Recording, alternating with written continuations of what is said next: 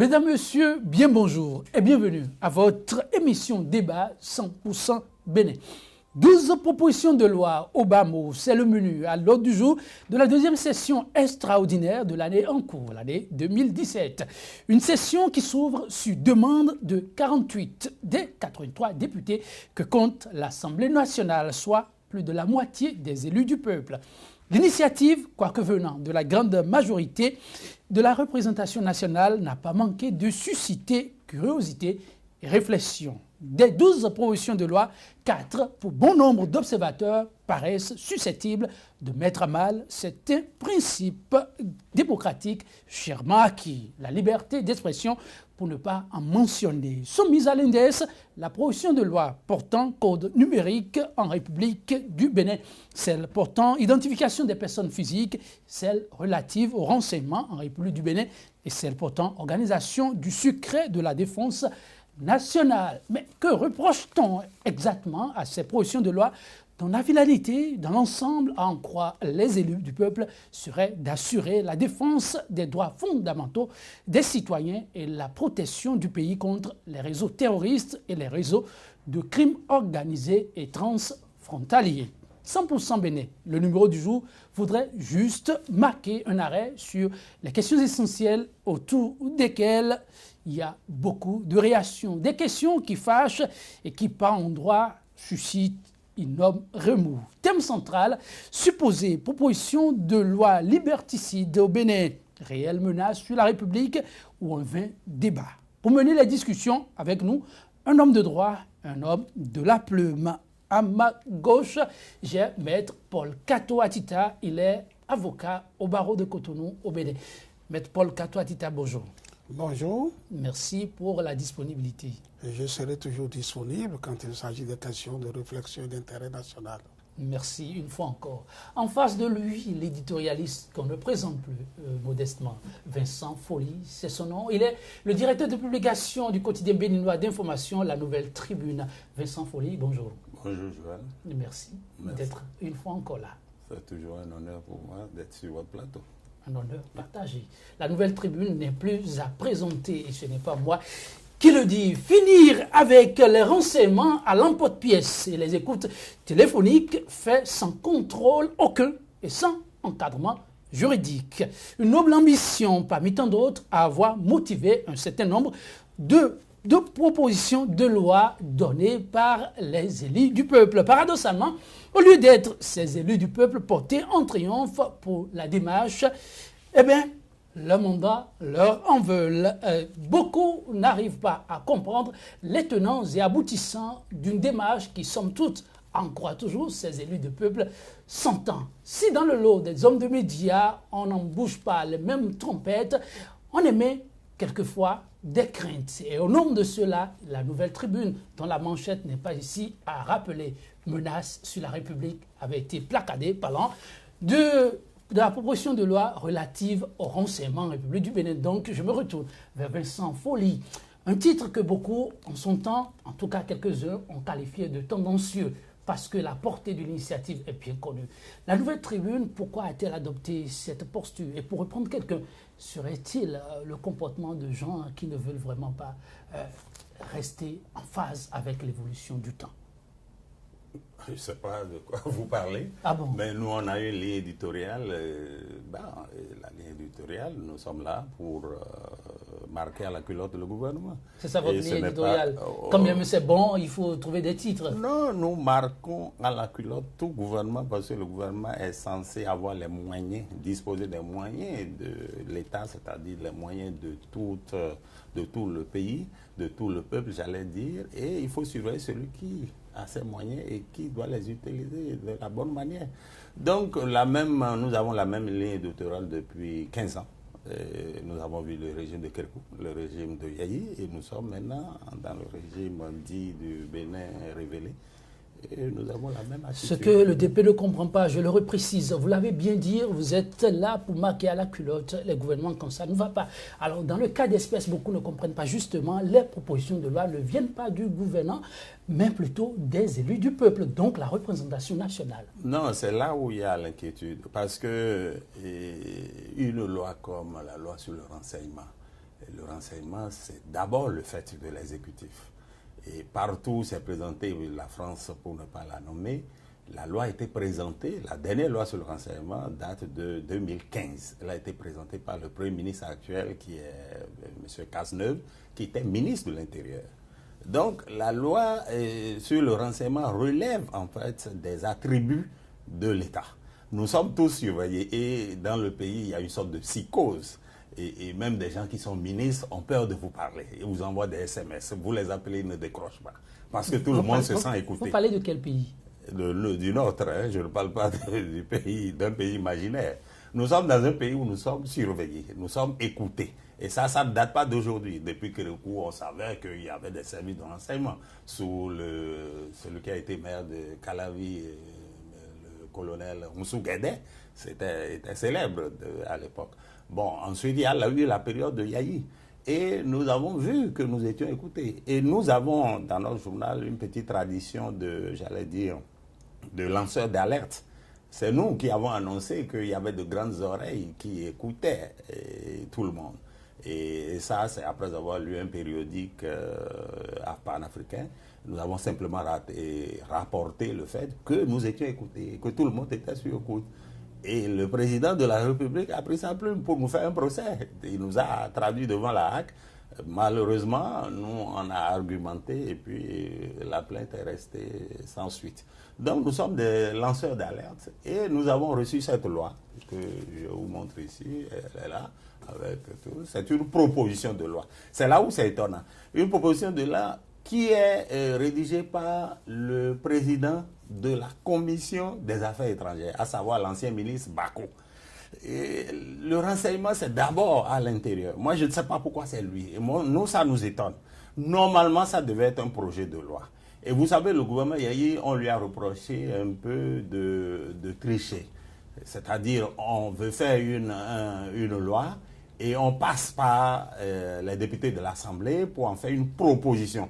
Parce qu'on sait que le projet de loi doit subir le détour de la Cour suprême. Je parle sous le contrôle de monsieur l'avocat. Vous n'avez certainement pas dit qu'on est dans la même démarche avec l'actuel régime. Oh, je constate que l'ensemble des lois qui ont été étudiées à Dassa pourraient être plutôt présentées par le gouvernement. Et vous avez vu, c'est le ministre de la Justice qui était à la manœuvre, qui a amené des experts. Moi, je ne comprends pas que des propositions de loi émanant des députés fassent l'objet d'un séminaire pour s'approprier.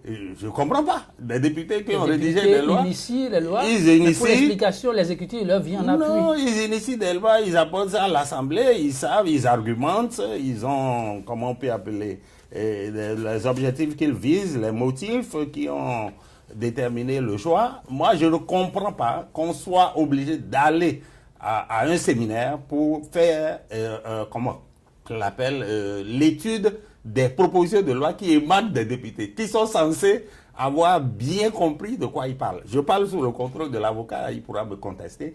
Mais moi, ce qui me gêne, c'est que moi, je crois que c'est un subterfuge du gouvernement qui aurait pu présenter ces projets de loi, aurait pu passer par le tamis de la Cour suprême, qui aurait certainement donné son avis sur les dispositions. Le gouvernement n'a pas fait ça. Il a pris le parti de se reposer sur des députés. Et nous avons des informations comme quoi, bon, ces députés auraient été chambrés pour pouvoir rédiger ces lois. Mais ça, c'est une autre paire de manches. Oui. Là, vous nous excusez pour la suite. Mais Maître Paul Katoa-Tita, le renseignement, Vincent Folli l'a dit, ce n'est pas une première.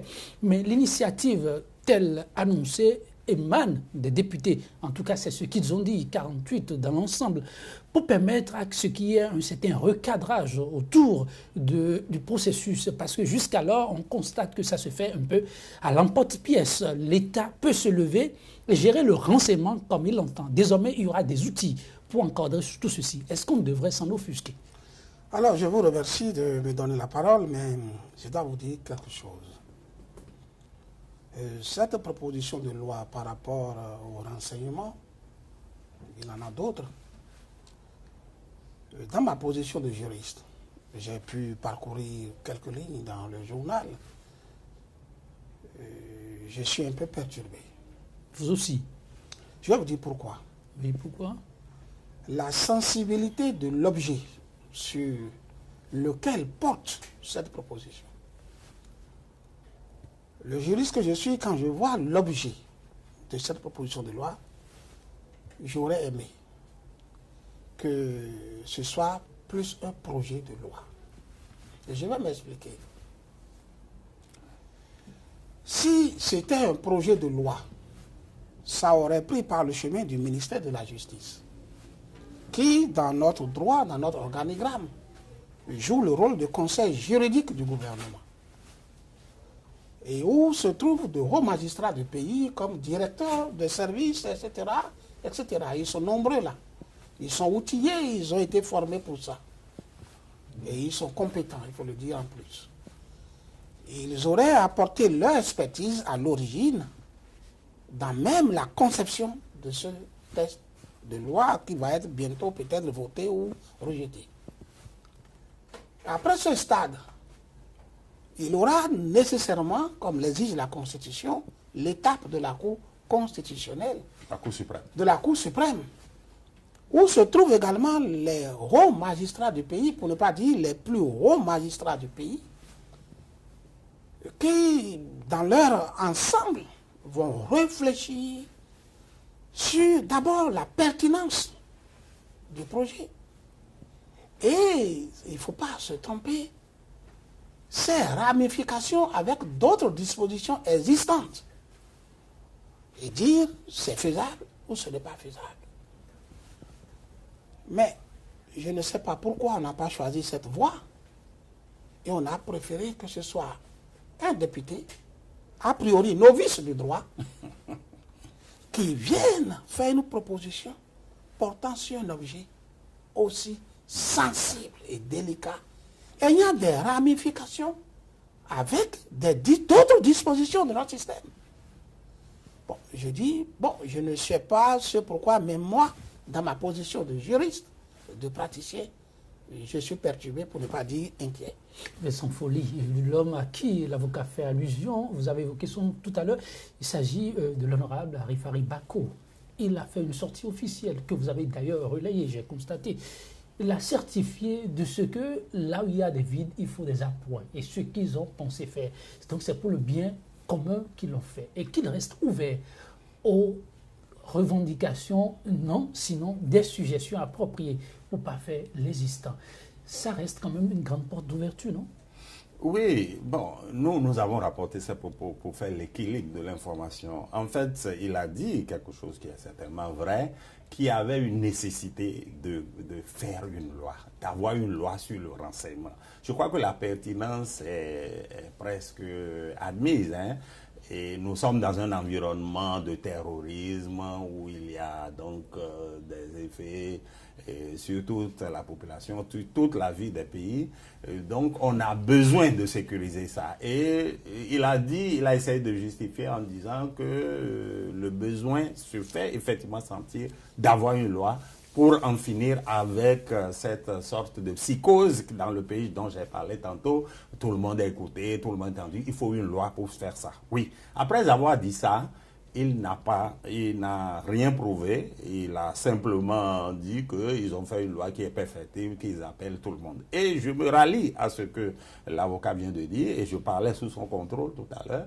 Moi, je dis ça devait être le fait du gouvernement qui fait le projet de loi avec les cadres du ministère. Il a prouvé qu'au ministère, il y a des magistrats de haut rang qui sont là. Et ça passe après par la Cour suprême, où il y a les plus hauts magistrats qui sont capables de donner. Ensuite, il a parlé tantôt de dispositions qui existent aussi dans notre droit positif. Parce que le Code de procédure pénale, je l'ai lu, en son article 108 et 109, je parle sous son contrôle, demande que si on doit écouter les correspondances qui sont du domaine du privé, les correspondances téléphoniques, il faut une permission du juge. Il y a déjà cette disposition. Donc, tel que la loi est élaborée, c'est le président de la République qui, sur demande de ce qu'on a appelé un coordonnateur de renseignement, je ne sais pas ce que ça veut dire, on va en parler tout à l'heure, donne sous le conseil du coordonnateur, c'est le président de la République qui donne l'ordre d'aller écouter quelqu'un. d'aller suivre la correspondance de quelqu'un. Ça ne nous met pas en sécurité. C'est extrêmement grave. Oui, le coordonnateur dont on parle, il reste l'autre œil du chef de l'État qui ne saurait tout contrôler. Là aussi, n'est-ce pas de l'innovation plutôt? Avant de venir à votre question, je vais donner une clarification. Tout à l'heure, je me suis arrêté pour me donner le temps de reprendre dans la suite. J'ai dit tout à l'heure, et il a repris.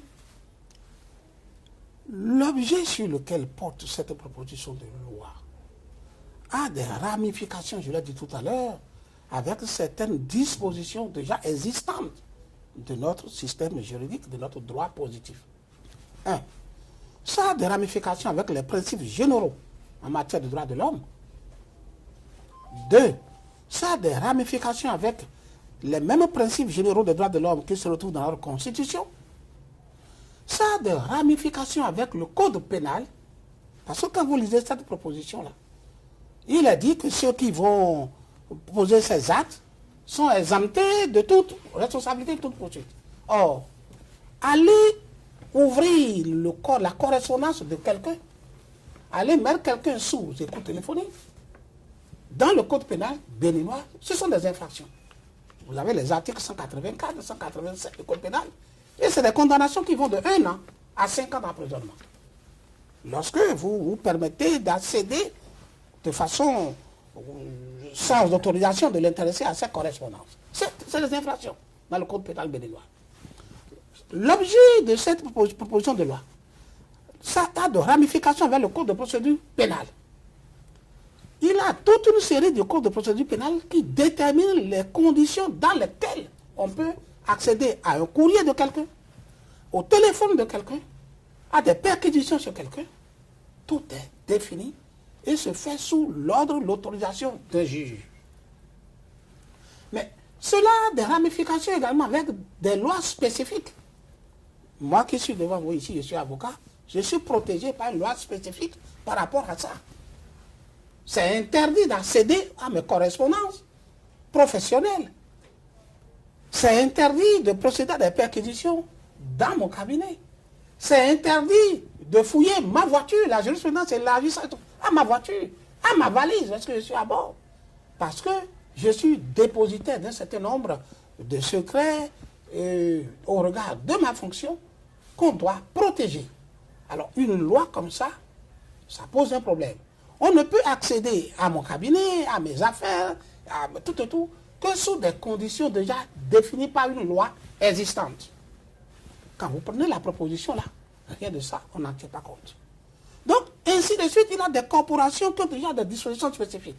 Donc, c'est pourquoi je disais tout à l'heure que cette loi, proposition de loi, aurait dû prendre part d'une forme de projet de loi, passer par le ministère de la Justice, la Cour suprême, où ceux qui sont là sont des praticiens formés et rompus à la tâche, qui ont une idée globale de notre législation et qui pourraient dire à telle disposition, entre telle autre disposition existante, telle est en contradiction avec l'autre, et savoir comment aménager et disposer pour harmoniser.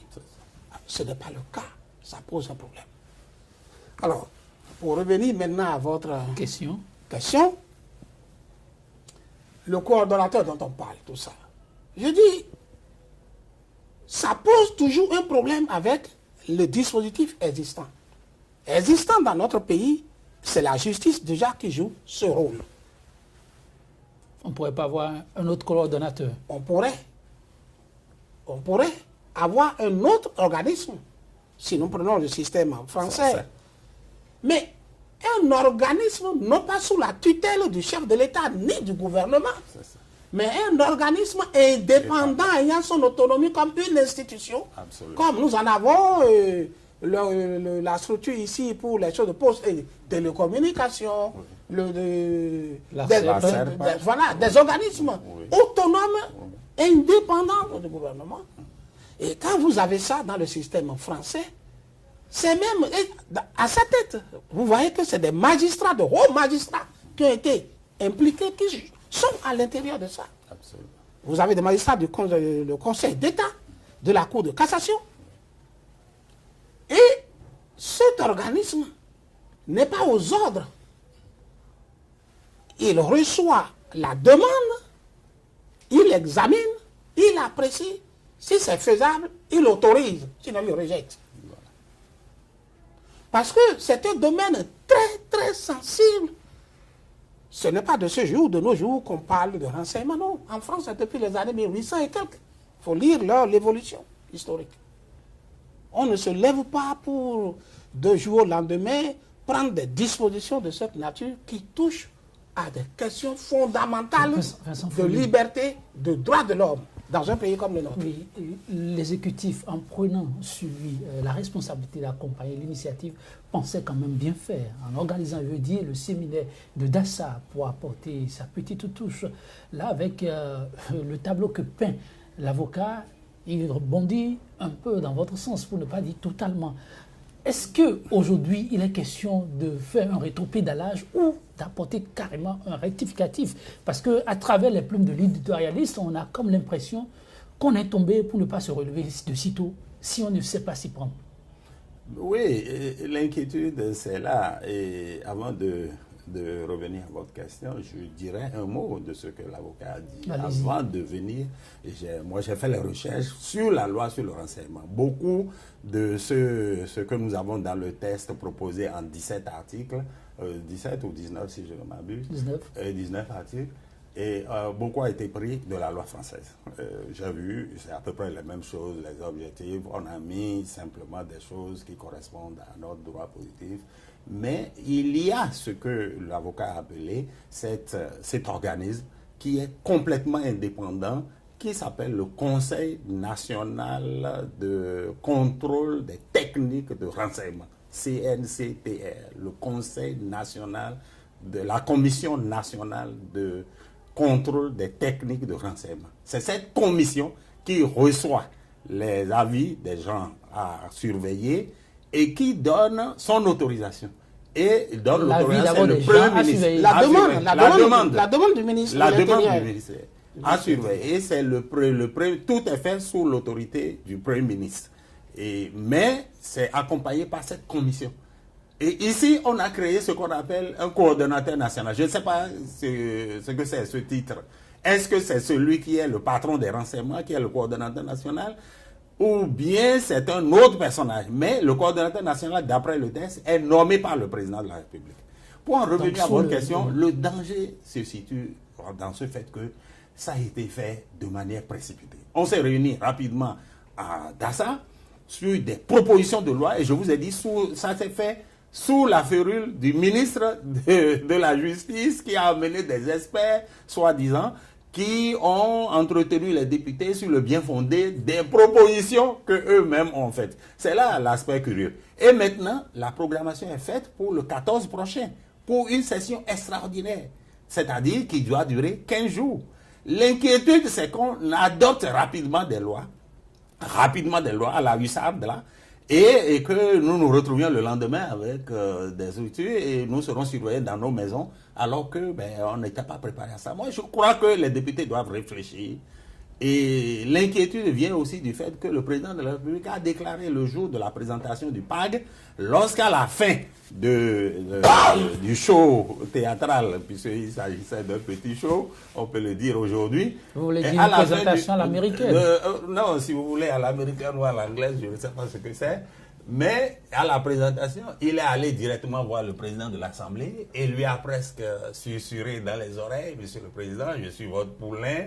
Et nous allons prendre bientôt des lois, vous allez nous aider à les adopter et vous aurez à le faire les yeux fermés. Il a dit un peu en riant. Et nous, dès le lendemain, nous allons titrer que c'était dangereux ce que le président venait de dire. On nous a répondu dans les réseaux sociaux que nous étions en train de faire une fausse alerte. Vous pensez que ça se complète? Non, ça se complique. Maintenant, comment adopter en 15 jours une douzaine de lois, dont des lois aussi importantes qui touchent à la vie privée, comme la loi sur le renseignement? Je trouve que c'est extrêmement grave et les députés doivent réfléchir par deux fois avant d'adopter ce texte. Et que le gouvernement reprenne le texte et le transforme en projet pour le faire valider par des magistrats, comme l'avocat l'a dit, et qui sont armés pour savoir ce qu'il y a dans notre droit positif, ce qui peut convenir et qui ne peut pas convenir. Voilà. Sur les faits, n'est-ce pas là les députés qui veulent induire l'exécutif en erreur? Je vais vous dire Puisque l'initiative vient Ce de... n'est pas les députés. Je dis une Mais chose. sans folie. Oui, allez-y. Je dis une chose. Ceux qui initient ce type de proposition de loi n'ont qu'à avoir un regard sur l'histoire de notre pays, l'histoire politique de notre pays. Elle dit quoi, cette histoire? Alors, ce type de loi, ce n'est pas nouveau. Le pays en a connu à l'indépendance en 1960. Et c'est sur la base de ce type de loi qu'on procédait aux internements administratifs.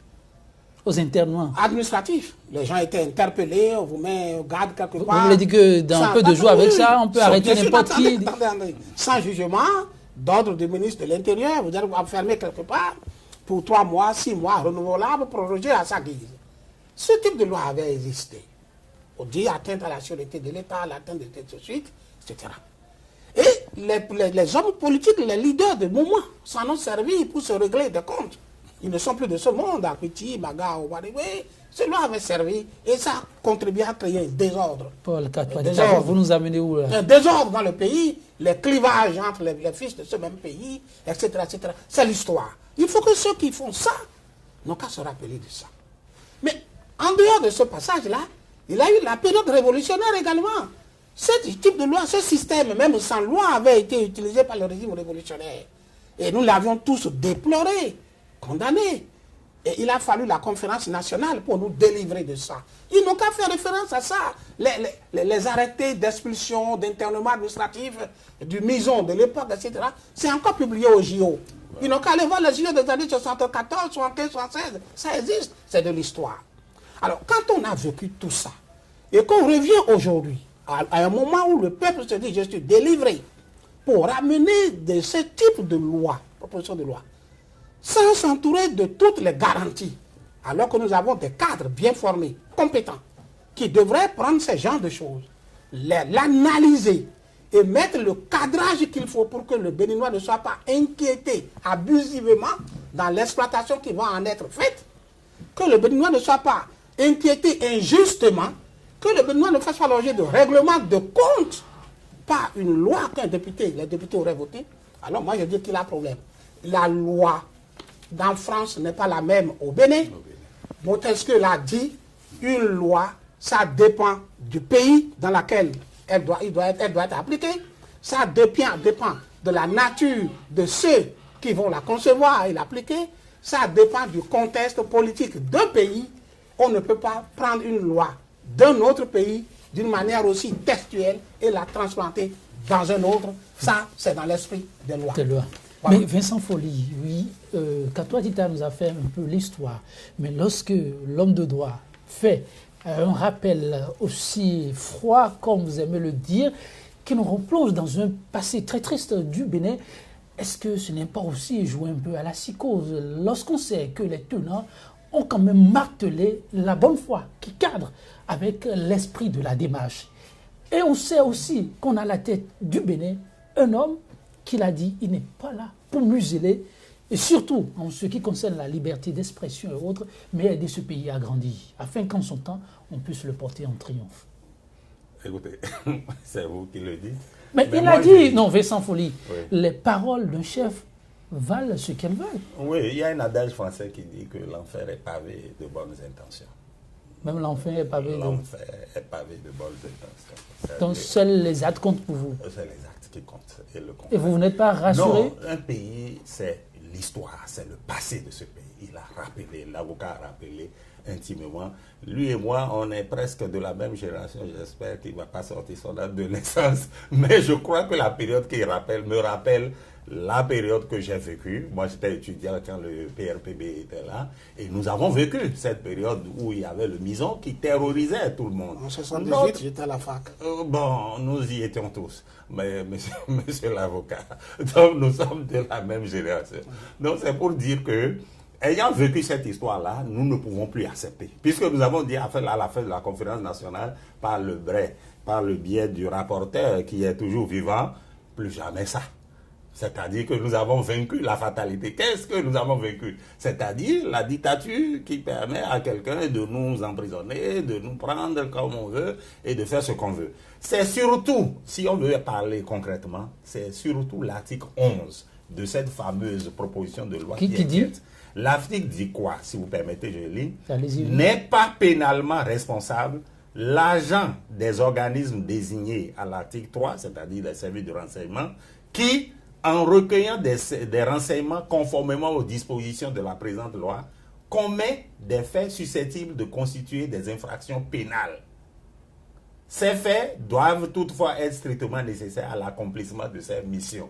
Ah oui, juste pour sa Pour mission. parler concrètement, ça veut dire que lorsque l'agent de renseignement va pour recueillir, il peut tout faire. Il peut violenter, il peut tuer, s'il prouve que c'est dans la nécessité, c'est nécessaire à l'accomplissement de sa mission, et il n'est pas pénalement responsable. Ah non, c'est un article extrêmement grave sur lequel, je crois, l'avocat pourra se prononcer. Oui, Maître Kato Atita, la gravité je dis que de cet article. l'objet de cette proposition de loi se retrouve déjà dans le code de procédure pénale.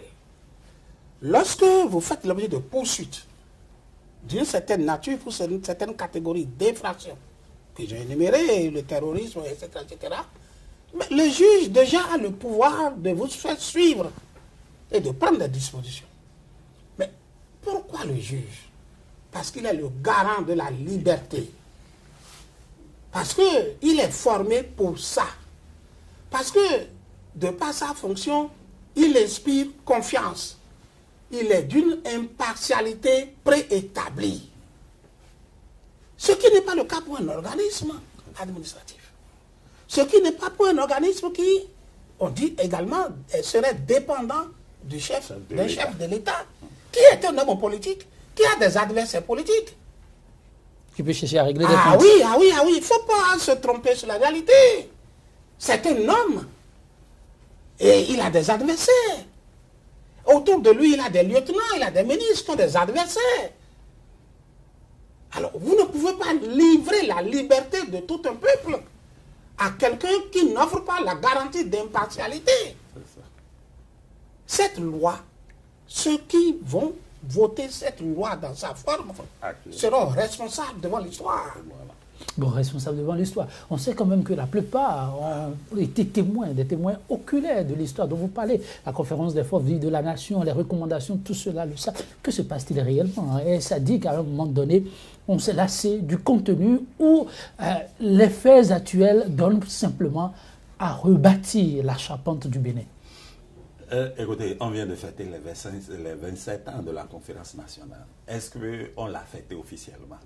Je crois que la conférence nationale... La réponse est quoi, oui? La réponse est non. Officiellement, personne n'a fêté la conférence nationale. Qu'est-ce que ça signifie? Et non, ça signifie que, bon, ce n'est pas important pour beaucoup de gens et que ce n'est pas un moment important de l'histoire de notre pays. Or, c'en est un où nous avons fini avec les méthodes autocratiques, les méthodes bureaucratiques, les méthodes dictatoriales, pour ne pas dire autre chose.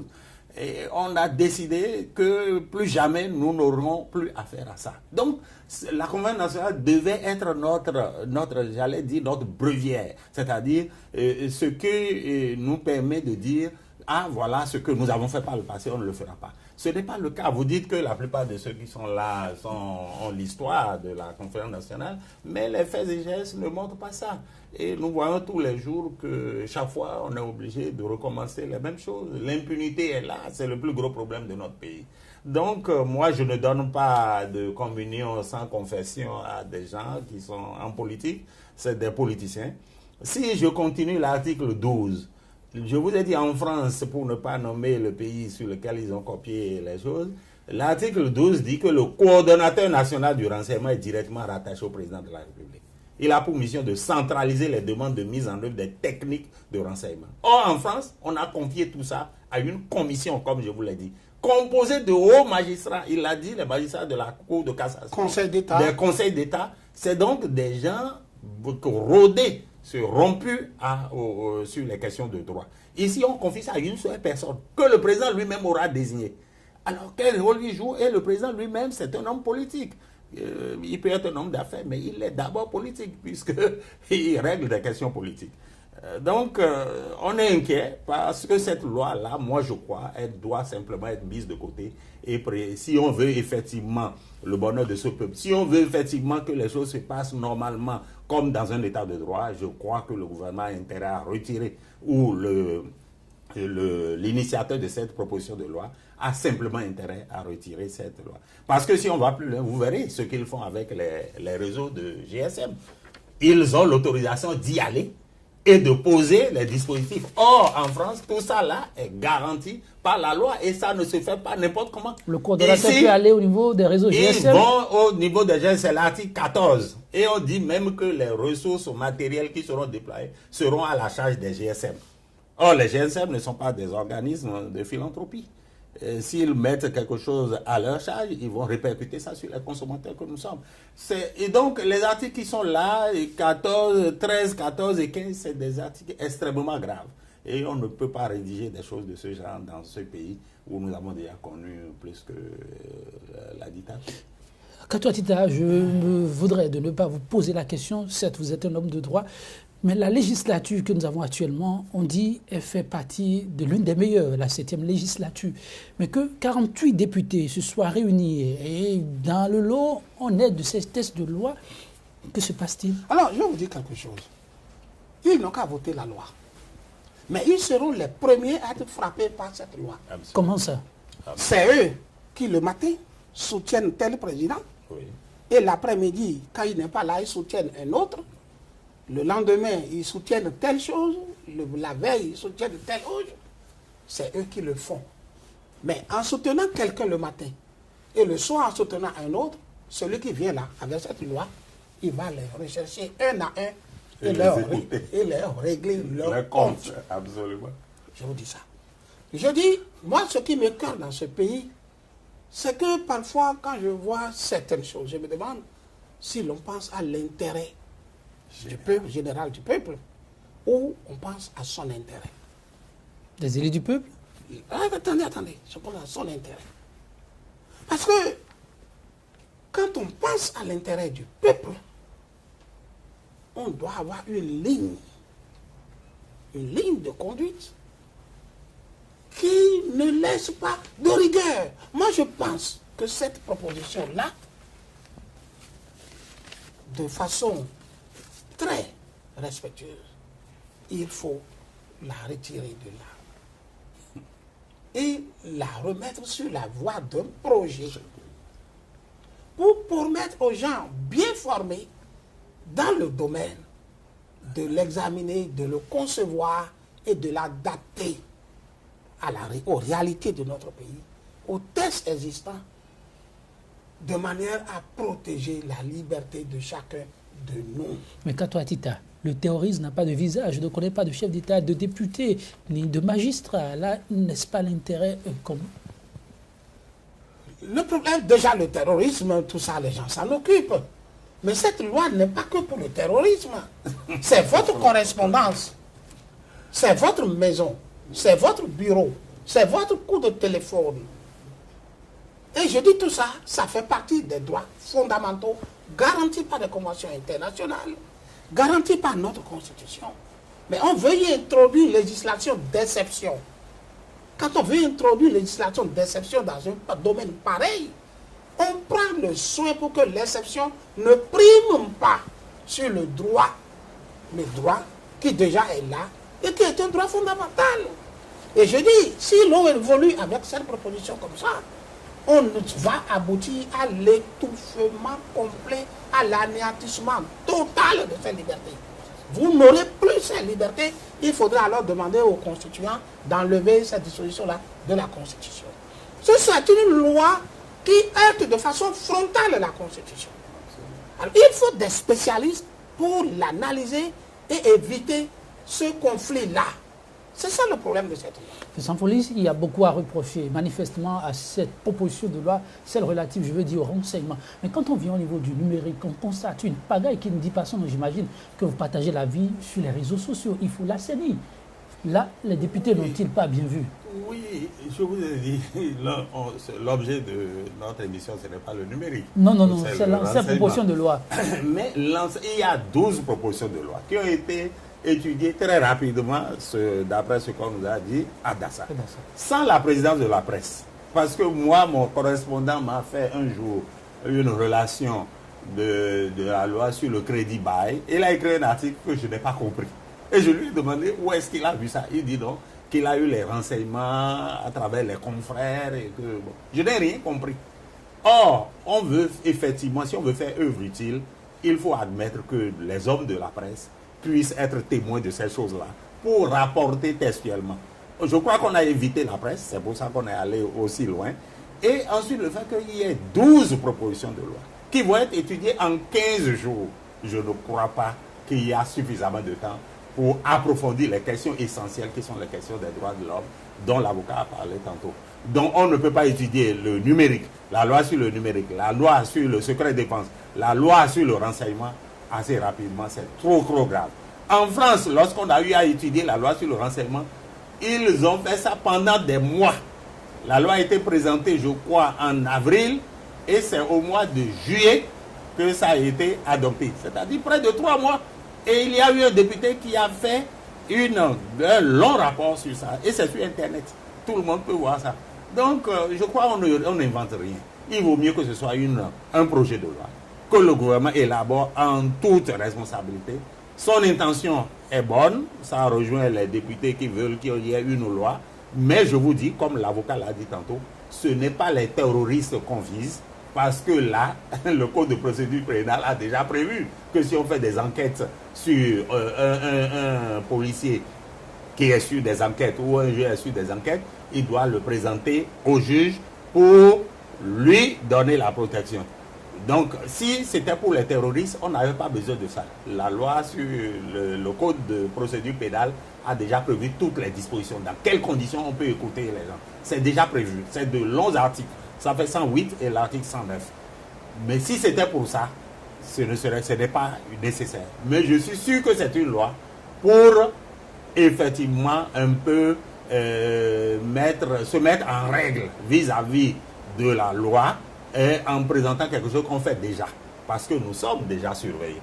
Je vous ai dit tantôt qu'il y a des ministres qui ne m'appellent pas alors qu'ils préfèrent envoyer des SMS. Des ministres du gouvernement. Donc, ça veut dire qu'il y a une sorte de psychose dans le pays, le psychose d'écoute. Moi, je dis toujours aux gens que ce que je dis ouvertement au téléphone, je l'écris, donc je n'ai rien à craindre de ce que je peux dire. Je ne fais aucun complot contre l'État. Donc, si on veut faire une loi pour surveiller les gens, on n'aurait pas procédé autrement. C'est essentiellement ce qu'il y a. Kato Tita, le Bénin serait-il en train d'écrire une nouvelle page de son histoire, mais maladroitement? Ce serait une grave erreur juridique et politique. Ce serait un péché contre les droits de l'homme si ce texte venait être adopté comme ça. En l'état. Je dis et je le répète, il faut retourner ça sous forme de projet. Nous avons des cadres formés, bien formés. Ce sont nos magistrats. Ils sont là au ministère de la Justice. Ils sont rompus à la tâche. Ils connaissent nos tests, la psychologie de nos tests, ils connaissent la mentalité de nos populations. Ils vont concevoir la loi en tenant compte de tout ça. Au niveau de la Cour suprême, nous avons de très hauts magistrats qui, dans leur globalité, vont réfléchir à nouveau. Et il ne faut pas oublier, la Cour suprême, c'est une juridiction suprême, au même niveau que la Cour constitutionnelle. Donc, ils coordonnent leur jurisprudence. Ils coordonnent la philosophie de leur fonction et de la loi. Ils pourront déjà savoir ce qui est acceptable. Et ce qui est à rejeter. Maître Kato Tita, Vincent Folly, ce sera tout pour le numéro de ce débat 100% Bénin. Nous y reviendrons à l'issue du vote ou du rejet de cette proposition. Le débat du jour se veut juste une contribution à l'enrichissement du débat autour de ces propositions de loi qui continuent de faire couler assez d'encre de salive. Mesdames, Messieurs, nous allons prendre congé de vous, mais en compagnie de cette citation du grand écrivain français Patrick Lagadec. Je cite: Les crises de demain sont souvent le refus des questions d'aujourd'hui. Osez mener le débat et on en sort tous grandis. Mesdames, Messieurs, merci d'avoir été une fois encore des nôtres. À très bientôt, toujours avec la même disponibilité.